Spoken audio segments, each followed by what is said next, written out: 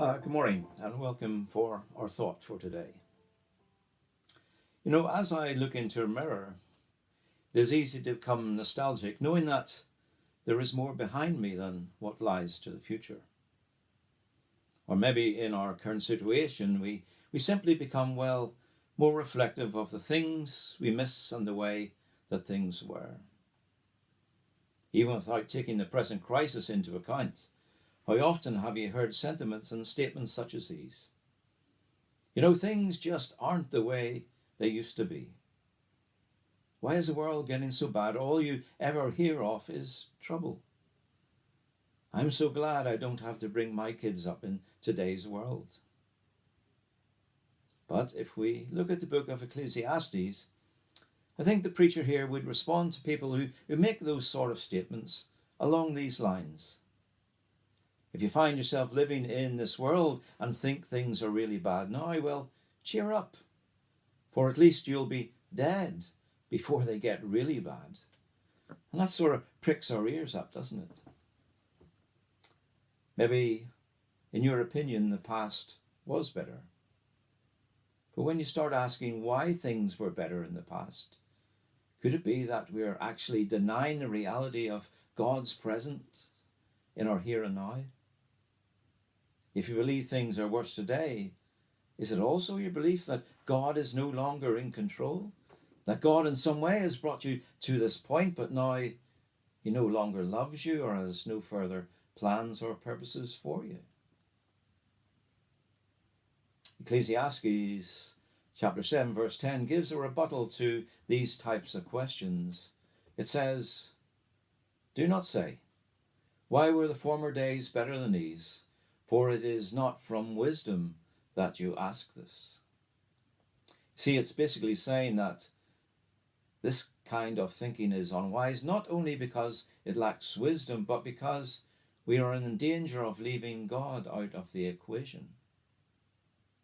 Often when we ask these types of questions, it arises because we've become blind to all the good things that are around us, yet at the same time remain ignorant of the evils of the past.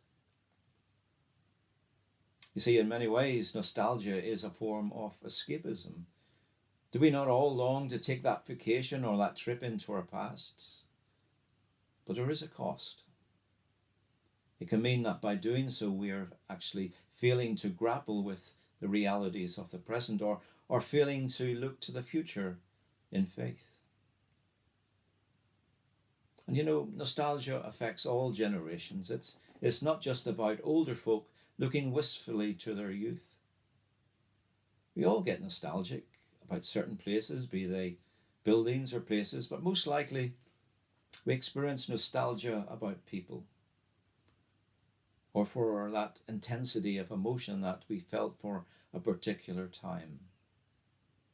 But are we looking back with rose-tinted glasses whilst at the same time deflecting other thoughts and emotions? Deflecting those thoughts from the reality of God's presence in and around us. The writer C.S. Lewis spoke of nostalgia. He said nostalgia is the special emotion of longing, but that it is always bittersweet. When we feel nostalgic, we experience that feeling for something lost. Yet at the same time, it's a beautiful perception directed at the very thing that has been lost. And so we long for it.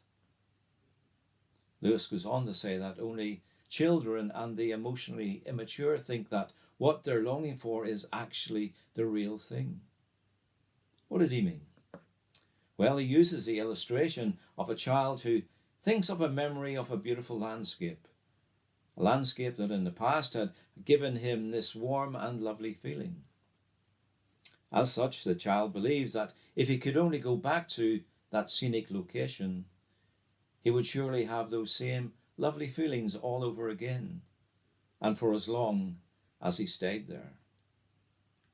But Lewis says, no, that is simply ungrounded and unwise. For as we mature, we realize that nostalgia plays tricks with us. Yes, nostalgia is this intensifier of our emotions. But when we grow up, we realize that if we went back to that very landscape, yes, it might be very nice, yes, it might be lovely, but it would and could also be so very ordinary. To simply go back does not guarantee a reproduction of that former feeling. In his book, The Weight of Glory and Other Addresses, Lewis observes the books or music or the situations in which we thought a particular beauty was located will usually betray us, because we inevitably realize that the particular emotion was not in the objects themselves, rather it only came through them.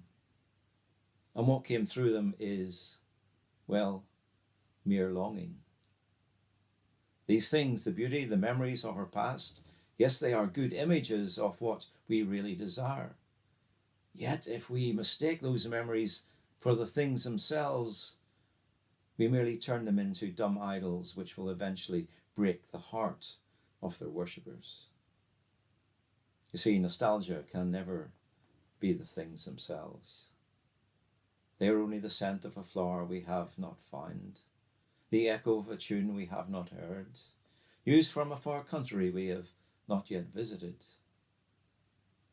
When you experience nostalgia, our hearts are in danger of creating a longing memory for perhaps a more beautiful person than maybe the one we knew, or reconstructing a more beautiful place than that of actual reality. You have this longing for the past, but the past was never as good as your mind is telling you it was. Lewis would expand on this further, saying, it is God who gives you in that moment one of the most profound glimpses of the intensity of perfection and beauty that we have yet to see.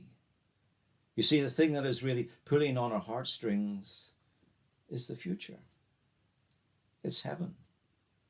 It's that sense of belonging, that sense of homeliness that has just cracked the surface of our lives. And just for a moment we get a glimpse, and then it's gone. This is the actual perspective of eternity in our hearts, and it fits beautifully with this message in Ecclesiastes. In chapters 3, we see that God is the one who has placed eternity within our hearts. We are built for a home, for a place we cannot yet see. And so when we get those flashy moments of nostalgia, it's like tiny pinpricks of that eternal home breaking through into our present life. Really, it is the wise who understand that God has made us to long for him and to long for heaven. The wise don't look backwards when they get nostalgic. Actually, they allow that feeling to propel them forward. They look forward towards heaven and towards home. And we'll finish there. God bless you today.